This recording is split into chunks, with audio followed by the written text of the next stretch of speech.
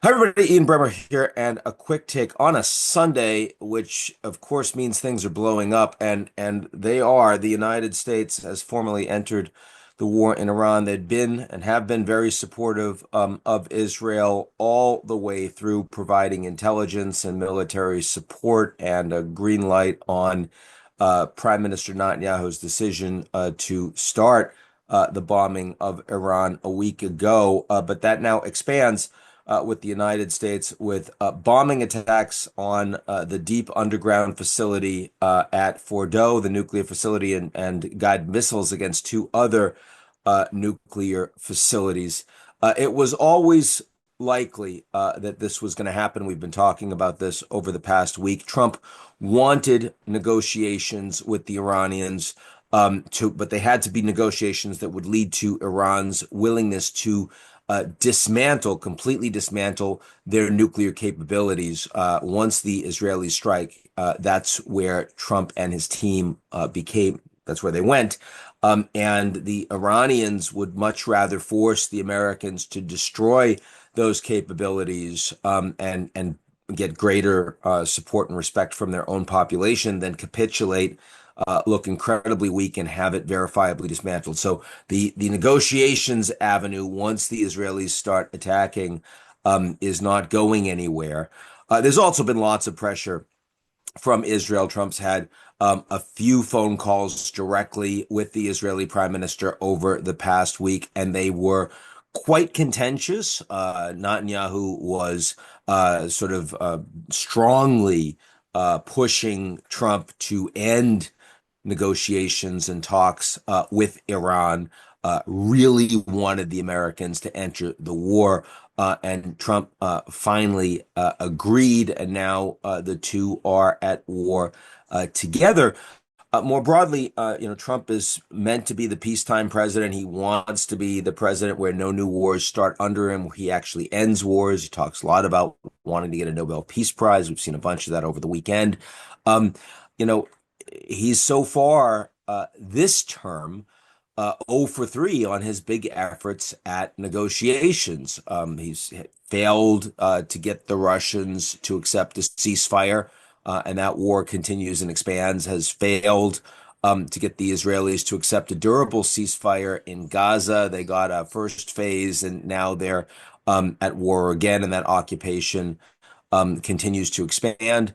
And now a failure at his effort to get a nuclear negotiation with the Iranians. And instead, the United States and Israel are striking the country together. But to be fair, this is, at least at this moment, this is not the Americans beginning a large-scale grinding, drag-out Ken Burns style war, which would be strongly opposed by most Americans and a lot in Trump's own base, but rather the, sort of very, very spectacular couple of major strikes and done TikTok style war, which Trump's base can certainly get behind. And remember, Trump has done this before against Iran.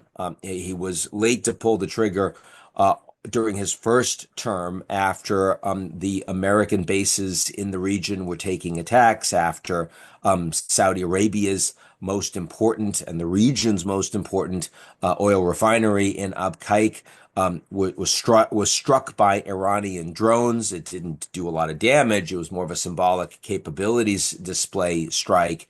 But still, Trump did not respond in immediately, under a lot of pressure from the Israelis, from the Gulf allies, the UAE. I remember talking to those leaders, and they were really angry that Trump wasn't doing anything against Iran. And then finally, he orders the assassination of the head of the Iranian Defense Forces, Qasem Soleimani.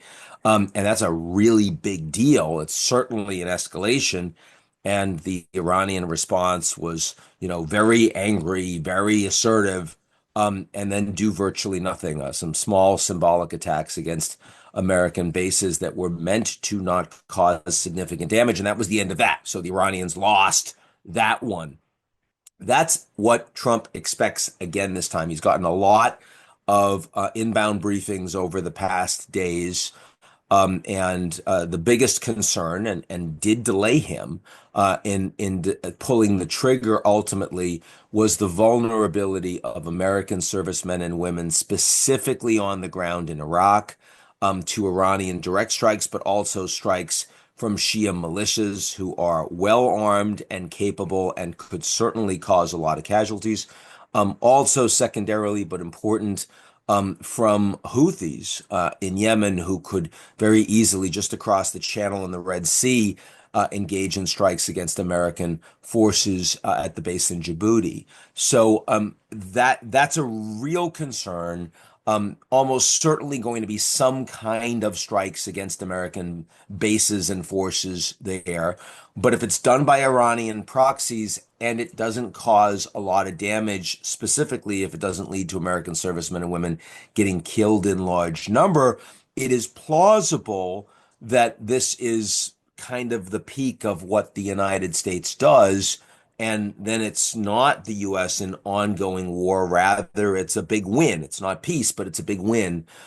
For Trump, it's an even bigger win for the Israeli prime minister. So that's where we are. Now, that answers one of the big questions: is how the Iranians will respond. And what you're not hearing from me is the Iranians disrupting shipping traffic through the Straits of Hormuz, or going after and destroying major Gulf energy capabilities, which would bring the prices well over 100, would take weeks to effectively clear and respond to, though the U.S. now has more military equipment in the Gulf, both air and naval, than at any point since the war in Iraq. So they are prepared for that. But as long as Iran's critical energy infrastructure is itself up and running, largely unscathed, and that remains the case as of today, I think it's very unlikely that the Iranians would take a big move to shut down oil transit. We've heard certainly threats in that direction from the Iranian leadership. That's very different from taking that action. But then there's a different question, which is, to what extent are the Iranians making rational, consolidated decisions? So far, for the last week, they have. And, the supreme leader is alive, though the Israeli leadership, at least the defense minister, has said that they intend to not allow him to continue to stay in place after some Israeli civilians were hit on the ground by Iran, missiles that got through, some of the few missiles that have gotten through. Um, and do we think that after Iran's military leadership has been targeted and assassinated, and so people that are now making military decisions are in new positions, are they still going to be restrained? Are they going to act together? Might there be rogue decision making from small numbers of people that are feeling that they might not have long to be around in Iran to take attacks themselves? And here we could be talking about targeted assassinations against military leaders in the region, American military leaders in the region, something the Iranians certainly have a lot of human intel on, and engage in a lot of espionage to support. Might we see major terrorist attacks, or might we see a strike or two on shipping that is significant, even if it doesn't shut down the Straits of Hormuz, because it's ordered by a rogue faction in the Iranian military leadership? I have no idea. Of course, no one does, but it's far more likely in the fog of war, as Iran's capabilities are getting weaker and as their leadership is growing more desperate. So counting on continued restraint and rationality from the Islamic Republic strikes me as a harder thing to do, given what we've seen over this weekend. And then finally, there's the question of where this is all going longer term. Everyone's asking, is this, really a strategy from the Israelis of regime change? And the answer is no, because the Israelis don't have the capability to bring about regime change. You can't do that from the air. You can't do that just with disinformation. That would require massive boots on the ground that no one is considering. Um, or more importantly, it would require over 90 million Iranians to rise up effectively against a very brutal, repressive, and capable regime, at least on the domestic side. And there are no indications that's happening anytime soon. This is not Syria's Assad without the money and the capacity to keep an effectively repressive military in place. So much more likely that you have a radical regime on their back foot internationally that will support more insurgents to the extent that they can. Certainly, they have much less to lose in the sense that their potential deterrents are all gone. So the Israelis can continue to strike them with impunity, and anyone that is leading the Iranian regime on in terms of theocracy and the military knows that they can be targeted and killed at any moment.